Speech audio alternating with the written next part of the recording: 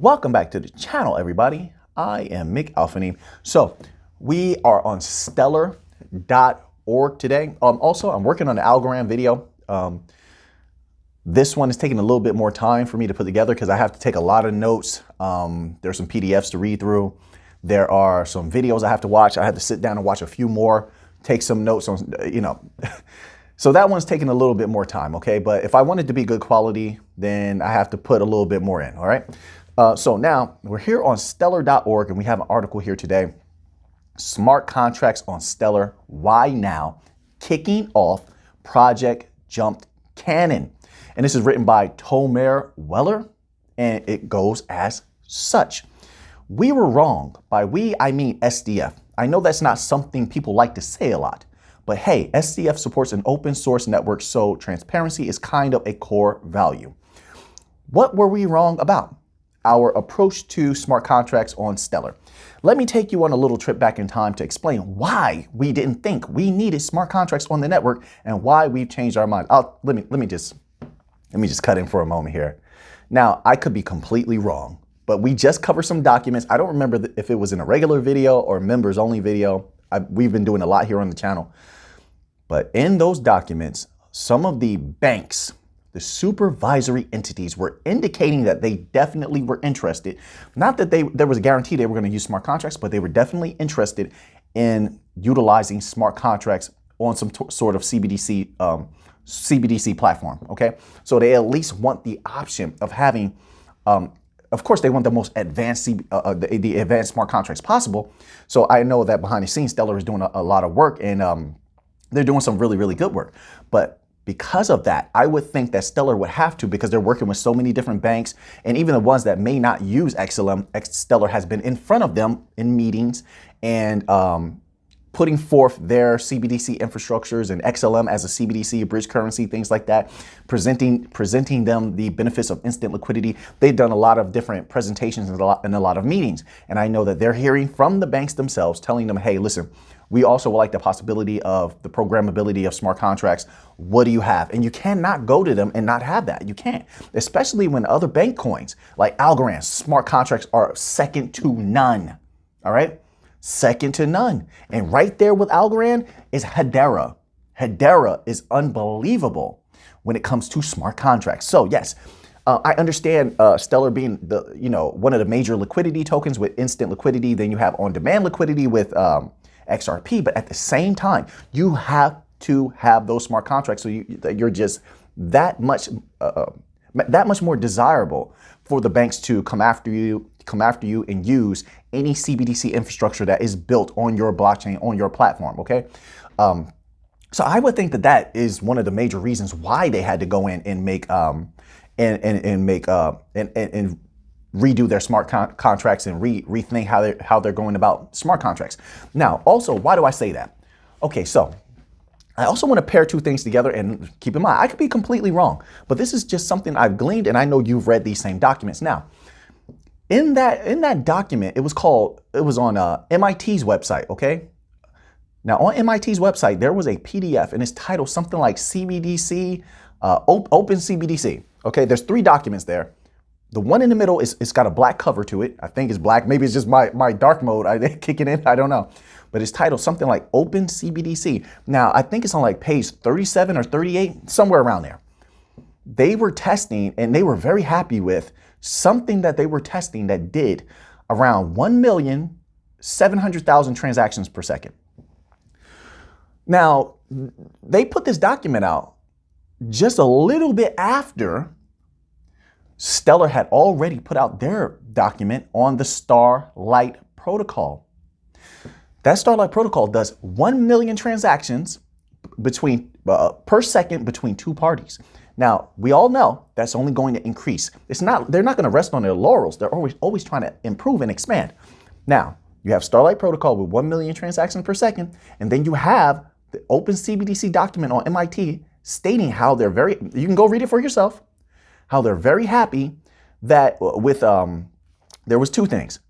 With the whatever protocol they were testing that did 1,700,000 transactions per second, then also they were stating in that same document how it seemed that the protocol that were able to move or incentivized moving higher amounts, higher values, all at one time, a multitude of higher values all at one time, were the ones that succeeded the best. They did the best, okay?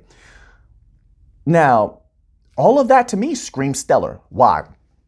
Starlight protocol does 1 million transactions per second. So either they tested the Starlight protocol, they tested XLM at that particular time. Maybe there's some other protocol I don't know about that's capable of 1 million transactions per second. Maybe I could be wrong about that. Maybe there's something I don't know. And I'm open to learning. If anybody can tell me about that in the comment section, I'm open to learning. Okay. This is how wisdom is gained, by being willing to listen. But right now, Starlight protocol on XLM is the only one I know that can do that. Now, also, I paired that in that same document. Like I said, they like the fact that the one that whatever technology they were testing did better with it when it was moving high values and a multitude of high values all at once. And Stellar blockchain, correct me if I'm wrong, and I don't believe that I am, it is at its best. And it prioritizes, when there's surge pricing, it prioritizes the people or institutions that are moving the biggest amounts. They get priority. So when the network is congested and there's congested, and there's going to be a lot of congestion, by the way, because of USDC. Oh yeah, that's by design. So surge pricing is going to be pretty much, once USDC is flowing across Stellar, surge pricing is going to be the norm. It's going to be the norm.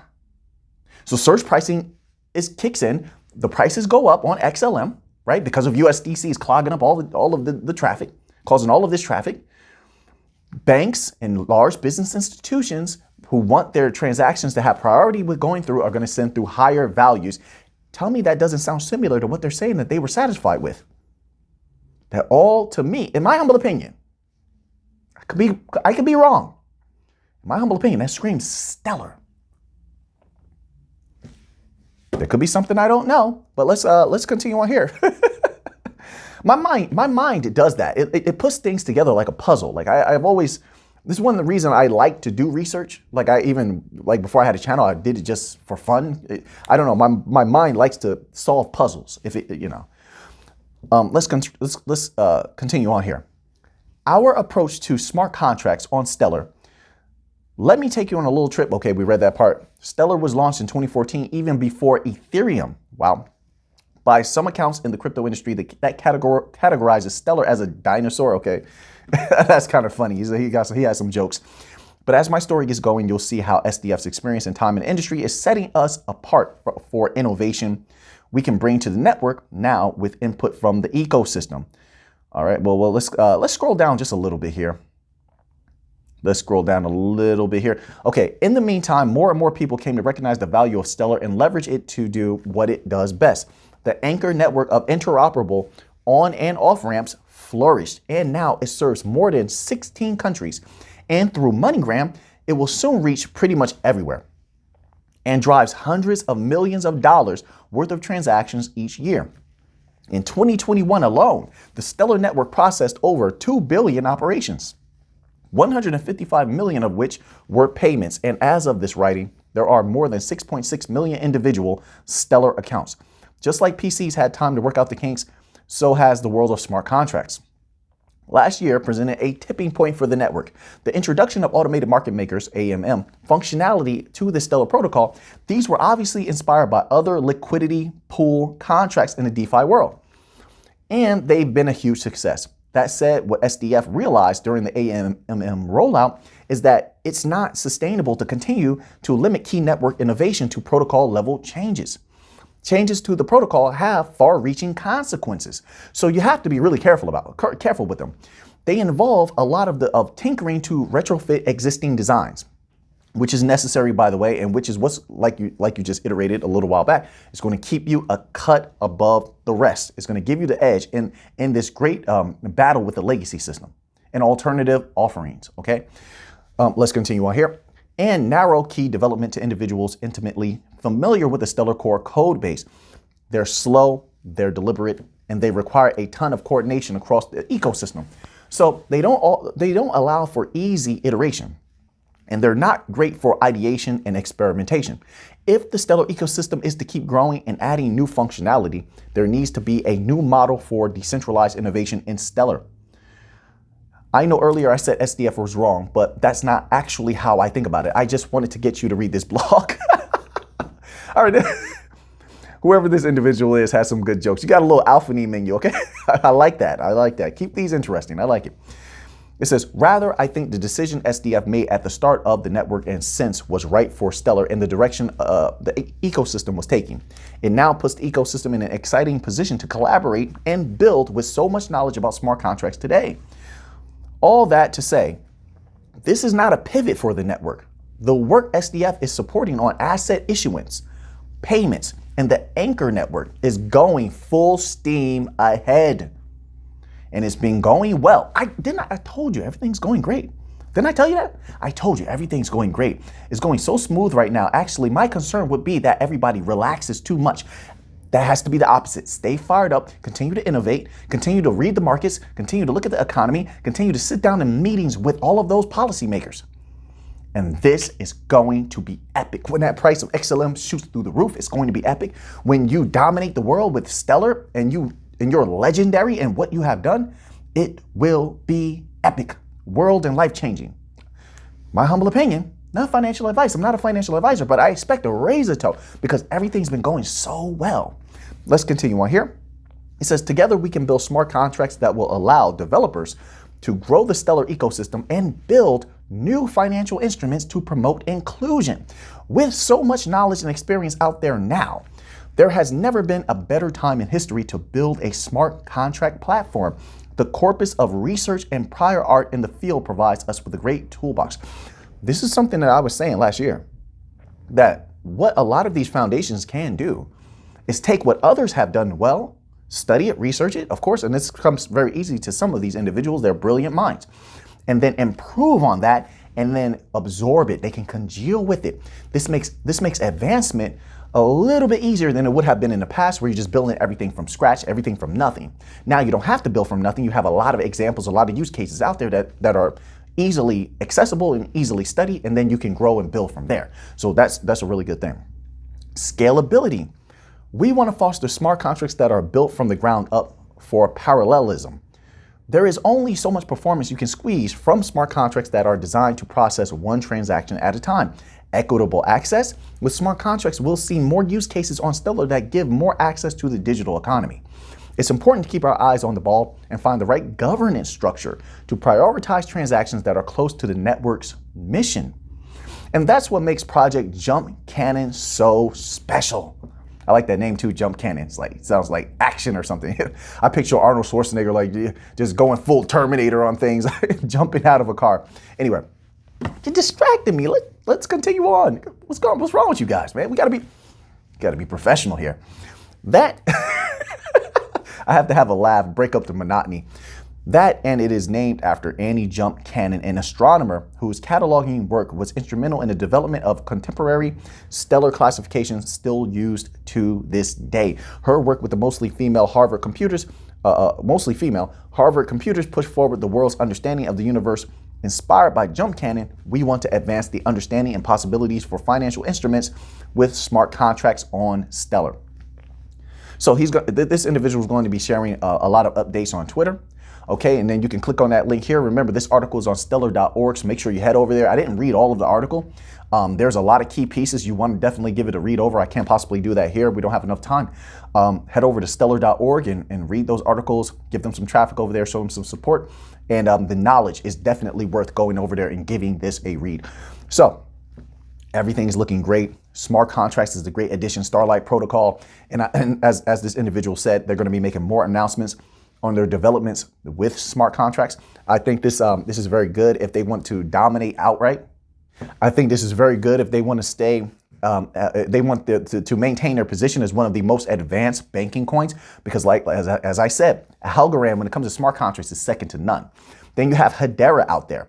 Hedera is insanely great when it comes to smart contracts. So if the banks are requesting this is definitely something that you want to shear up. It's definitely something you want to improve.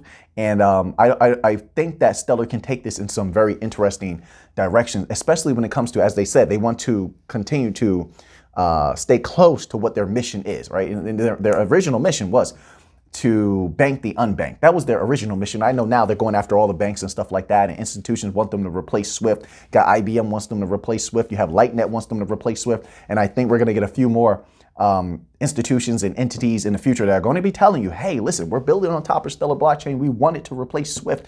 SWIFT is having a hard time. I actually believe that SWIFT could utilize a few of these bank coins, but we'll see what happens. I'm just right there. I'm just postulating there. But SWIFT has shown interest in using distributed ledger technology. So, hey, I do see that SWIFT could possibly use something like, and it would be a great boon to SWIFT to use something like XLM, XRP. This would bring new life to SWIFT. It really, really would. But the problem with that is that anybody can utilize these particular systems, these particular coins like XLM, XRP. So it leads us right back to what a lot of people were talking about before, where really, I think in the future, the world is going to be forced. Because this technology is going to dominate, the world is going to be forced to have an agnostic world reserve currency, or to recognize all the bank coins, since they're interoperable and they flow one into the other. So they're sort of one system. It would make a lot of sense, in my humble opinion, that if that you could classify all of them together as the agnostic one world currencies, one interoperable system for them all. I think that could happen. I think they're being forced into that direction, because if you want to survive this, then the world, as far as their financial systems, I don't think their financial systems, based on how the legacy system is going, I don't think their financial systems can survive without interoperability. And this is why in that recent document that we covered from the IMF, and then the documents before that we covered with the Bank of International Settlements, mostly we did that in the members only section, okay? But in those documents, they said we need interoperability. And when they tested the legacy system offerings to upgrade their infrastructures, they were terrible. And what was their complaint? You read it yourself. They complained that the legacy system offerings lacked interoperability. But if there's interoperability across the board, and on top of that, anybody can use distributed ledger technology, especially like decentralized finance and such like that. But if anybody can build on these things, these are open technologies, then yes, I think, in my humble opinion, I could be completely wrong. My humble opinion is leaning the world towards a one world agnostic currency. And I think the only way that they get there is through the banking coins. We will see. And if that happens, that price is going to raise. That price is going to raise. But that's just my humble opinion, not financial advice, not a financial advisor, but that price will raise. Can I get one razor toe? Am I allowed just one razor toe? Razor toe.